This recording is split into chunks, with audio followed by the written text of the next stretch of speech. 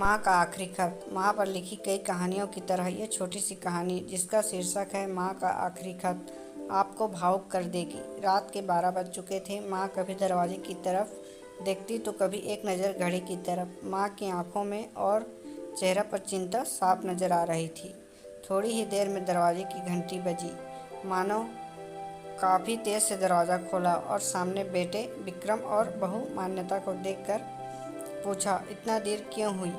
मैं कब से तुम्हारी राह देख रही थी। माँ, अब मैं छोटा नहीं हूँ, तुम मेरी चिंता मत किया करो। विक्रम के घर अंदर प्रवेश करते हुए बोला, बेटा कितना भी बड़ा हो जाए, माँ के लिए तो छोटा ही रहता है।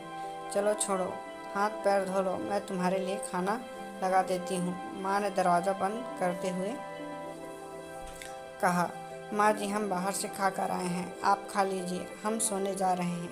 बहू मान्यता ने कहा, लेकिन मैंने तो तुम लोगों की पसंद की खीर बनाई है, और थोड़ी थोड़ी खा लो। माँ, तुझे एक बार में समझ नहीं आता क्या? तेरी बहू ने कहा ना, हम बाहर से खाना खाकर आए हैं, क्यों परेशान करती है? जा तो खीर खा ले और सो जा, और हमें भी शांति से सोने दे। माँ अकेले कैसे खीर खा सकती थी, और उसे बिना खाए नींद कैसे आ सकती थी, क्योंकि बेटे के इंतज़ार में उसने कुछ नहीं खाया था। वह किचन में गई, एक गिलास पानी पिया और अपने रूम में चली गई। सुबह 10 बजे विक्रम की आंख खुली। बाजू में मान्यता अभी भी सो रही थी। विक्रम हाल में आया और लैपटॉप के पास रखी एक चिट्ठी पर उसकी नज़र पड़ी। यह चिट्ठी किसकी हो सकती है, यह देखने के लिए उसने चिट्ठी खोलकर पढ़ना शुरू किया। मेरे लाल, तू सोच रहा होगा कि एक ही घर में रहते हुए ये चिट्ठी क्यों मैं तुम्हें बोलकर भी बता नहीं रही हूँ। हाँ, बता सकती हूँ, अगर तू मेरी बात सुनना चाहता तो।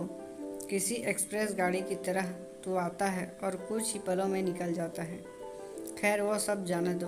कल तुम्हारा जन्मदिन था, इसलिए मैंने खीर बनाई थी। सोचा कम से कम आज के दिन साथ में बैठकर खाना खाएंगे। मगर यह बात बोल गई थी कि मेरा बेटा बड़ा हो चुका है, तो अपने दोस्तों के साथ पार्टी करके खाना खाकर आया। चलो, मुझे इस बात की खुशी ही हुई, मेरी दवाइयाँ ख़त्म हो गई हैं। मैंने कुछ दिनों पहले तुझे दवाइयाँ की एक चिट्ठी दी थी, अगर वक्त मिले तो वह दवाई मुझे ला कर देना, मुझे थोड़ी राहत हो जाएगी। विक्रम को याद आया कि 4-5 दिन पहले माँ ने एक दवाई की चिट्ठी दी थी। उसने अपने ऑफिस के बैग में जाकर उस चिट्ठी को तलाशा और उसे खोल कर देखा। उसमें लिखा था, मुझे ऐसी दवाई लाकर दो जिसमें मैंने अपने बेटे को भुला सकूं। विक्रम को रियलाइज़ हुआ कि उससे बहुत बड़ी गलती हो गई है। उसकी आंखें नम हो गई।